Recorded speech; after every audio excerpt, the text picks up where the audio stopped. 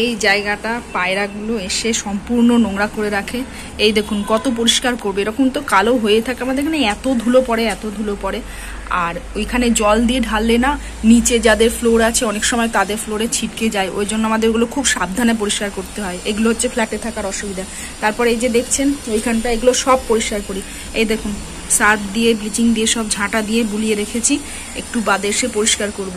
কিচ্ছু করার থাকে না, পায়রাতে এত ময়লা করে, এক্সস্টের তেল পড়ে। এই যে কারা যেন আমাকে স্ট্যান্ডটা ব্যবহার করতে বলেছিল, হ্যাঁ আমি তো এখন এখানে স্ট্যান্ড লাগাবো, মোবাইল খাটাবো, তারপরে গিয়ে আমি এই সমস্ত নোংরা পরিষ্কার করা ভিডিও করব, একবার হাত সাবান দিয়ে ধোবো, আবার ছুটে এসে ভিডিও করব। তবু এই যে আবদার রক্ষার জন্য কিভাবে ভিডিও করছি দেখুন,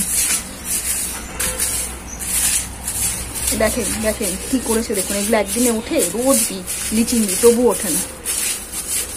দেখেন দেখুন, দেখছেন কেন এসেছে বলুন তো? শুধু খাবারের খোঁজ না, ওইখানটায় যে জল দিই ওই জলগুলো ওরা এসে কিন্তু খায়, জল বেঁধে থাকে। তো আমি ঠিক করেছি একটা পাত্র দেবো, পাত্র দিয়েছি এর আগে অনেকবার পাত্র দিয়েছি, সেই পাত্রের মধ্যে নেমে মারামারি করে পায়খানা করে পালক ছড়িয়ে এসে যে কী কাণ্ড করে। এবার একটা পাত্র দেবো অনেকটা ভারী আর চওড়া থ্যাবড়া পাত্র দেবো, যাতে উল্টাতে না পারে। দেখুন সঙ্গে সঙ্গে চলে যাবে, পরিষ্কার জায়গা দেখেছে, এখন পরিষ্কার জায়গা এসে টুক করে হাগু করে দিয়ে চলে যাবে। এই তোর ষড়যন্ত্র আমি বুঝি না, কি ভেবেছিস তুই? হ্যাঁ এই যত এরকম করে উড়ে যা, আমি জানি তুই একটু ভয় পাস না আমাকে, আবার এক্ষুনি চলে আসবে। এখন ক্যামেরা দেখে দেখাচ্ছিস তুই কত নিরীহ, কত ঢঙি পাখি। জনতার দাবি মানতে হবে, নাহলে জনতারা আমার ইউটিউব চ্যানেল দেখবে না, শেয়ার করবে না, লাইক করবে না, কমেন্টও করবে না। কি করবো এখন? আমাকে এইভাবেই কাজগুলো সারতে হবে। একবার করে আমি হাত ধোবো আর রেকর্ড করবো, না হলে আমাকে এখন স্ট্যান্ড সেট করতে হবে। আমি এই করি, দেখেছেন কি ময়লা হচ্ছে,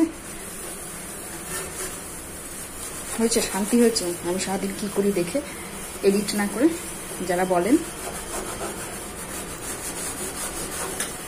কেন আমি ভিডিও আপলোড করতে পারি না, এইসব করার পর আমার ঘুম পায়, আমি হাঁ করে লালা ফেলতে ফেলতে ঘুমিয়ে যাই।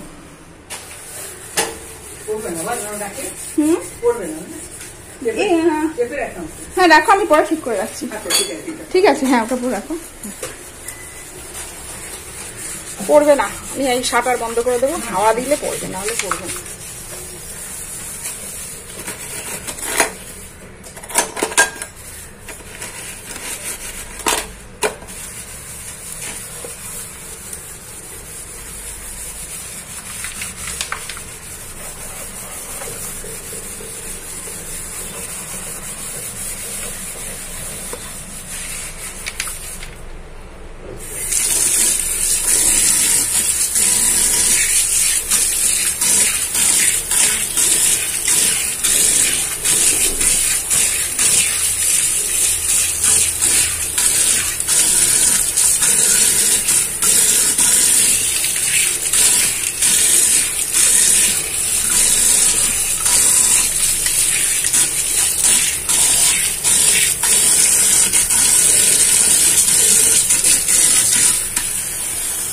এই আবার চলে এসেছিস? হ্যাঁ ভাত দুটো দিলাম, খা, ঠিক আছে, কিন্তু আবার নোংরা করবি না এক্ষুনি। অন্তত পরিষ্কার করে 1-2 ঘন্টা অন্তত পরিষ্কার রাখ। পরিষ্কার করার পরে সঙ্গে সঙ্গেই মানে পরিষ্কার জায়গা দেখলে ওখানে তোদের ওই কাজ করতে ইচ্ছা করে? হ্যাঁ একটু তো সম্মান কর। হ্যাঁ আমি ভাত দিয়েছি খেতে, জানি তোরা খাবি, কিন্তু খাওয়ার জায়গাতে ওই কাজটা করবি? হ্যাঁ সভ্যভদ্র হলি না, শহরে থাকিস, ফ্ল্যাটে বহুতলে, তবু এখন এইরকম করিস। ব্যাস আজকের মতো কমপ্লিট। ও না, হ্যাঁ শেষ হয়ে হইল না, শেষ। এই যে এটা হচ্ছে মাছের প্যাকেটটাকে ফেলতে যেতে হবে।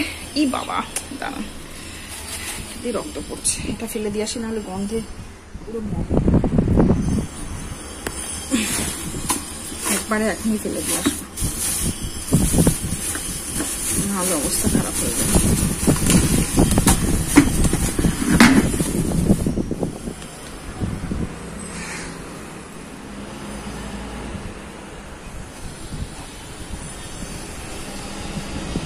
ওই যে উনি চলে এসেছেন আবার। আচ্ছা দাঁড়া দিচ্ছি। দাঁড়া তো, চেঁচা করিস না, দিচ্ছি। এই যে এইগুলো কাজে দিদি পরিষ্কার করবে বেসিনের তলায়, হাতে নোংরা লেগে যাবে না। দেখেছেন পেছনটা কি অবস্থা, দেখি।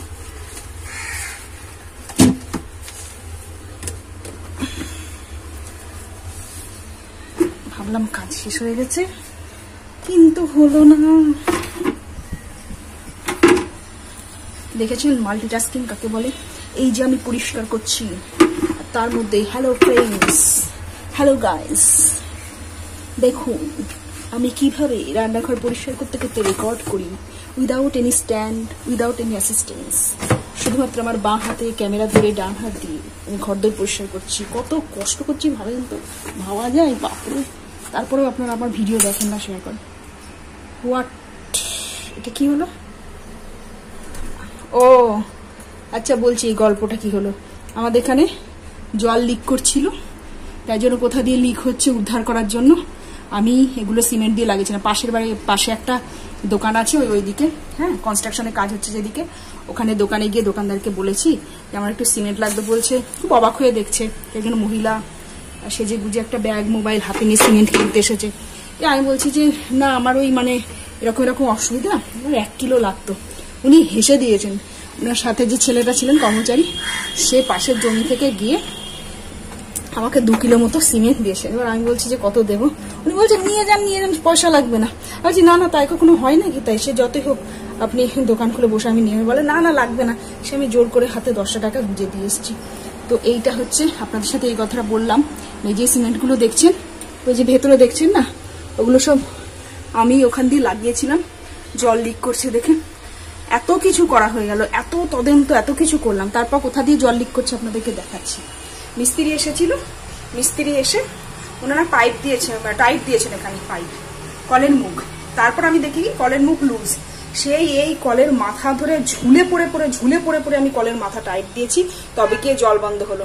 আর 2 সপ্তাহ ধরে আমি নানান রকম কায়দা কানুন করেছি, কারণ এমন ভাবে লিক করছিল, সেটার জন্য যে মিস্ত্রি ডাকবো তাও ভাবি না। মিস্ত্রি ডেকে মিস্ত্রি কি করবে জানি না।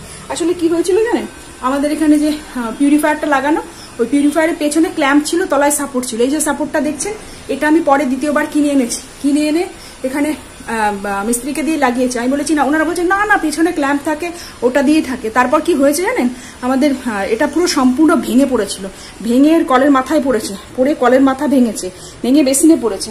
এই দেখুন বেসিনের অবস্থা দেখছেন, এই জায়গাগুলো দেখছেন যে, এগুলো সব আমি পেন্সিল দিয়ে লাগিয়েছি। হ্যাঁ, তুবড়ে গেছে, এবার এখান দিয়ে লিক করে ফুটো হয়ে, এখানটায় দেখছেন এই জায়গাটা আমি এনসিল লাগিয়েছি। এবার সেই লিকটা দিয়ে জল বেরোতো। আর এই কেমন বুদ্ধিতে পাইপ লাগিয়েছে দেখুন, এই পাইপ যে ভেতরে লাগিয়েছে এখানে সম্পূর্ণ জাম করা, এখান থেকে খোলা যায় না, ডিটাচেবল নয়। আবার দেখুন এখানে কি করেছে, প্লাস্টিকের পাইপ সিমেন্টিং করে দিয়েছে। মানে কি বলবেন আপনি বলুন, মানে কি বলবেন? এইটা পুরো তো সিমেন্টের ধাঁচা, আর সম্পূর্ণ জাম করে এই জিনিসটা লাগানো। এবার আপনি পরিষ্কার করবেন কি করে? কিছু হলে আপনি কি করবেন বলুন? আমরা ফ্ল্যাটে থাকি, এবার এইগুলো কোনো দায়িত্ব নেবে না ওরা, এগুলো সব আমাদের ভেঙে চুরে করতে হবে।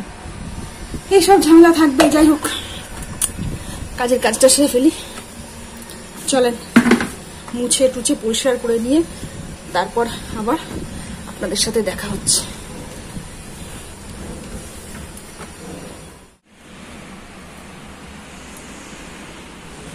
এই দেখুন সেই ভাঙা পিউরিফায়ার, আর আপনাদেরকে বলেছিলাম না সেই দোপাটি গাছের চারা বানাবো।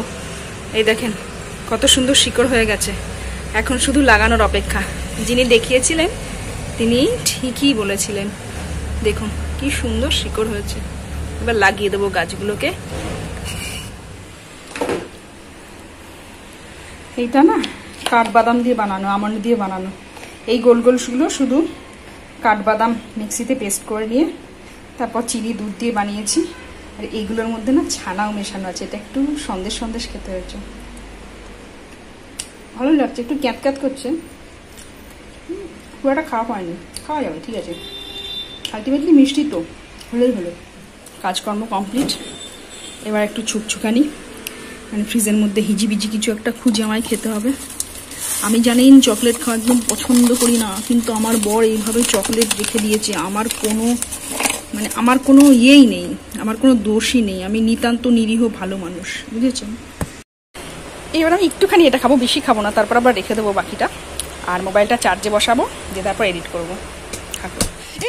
আর মোবাইলটা চার্জে বসাবো, দিয়ে তারপর এডিট করবো। থাকো।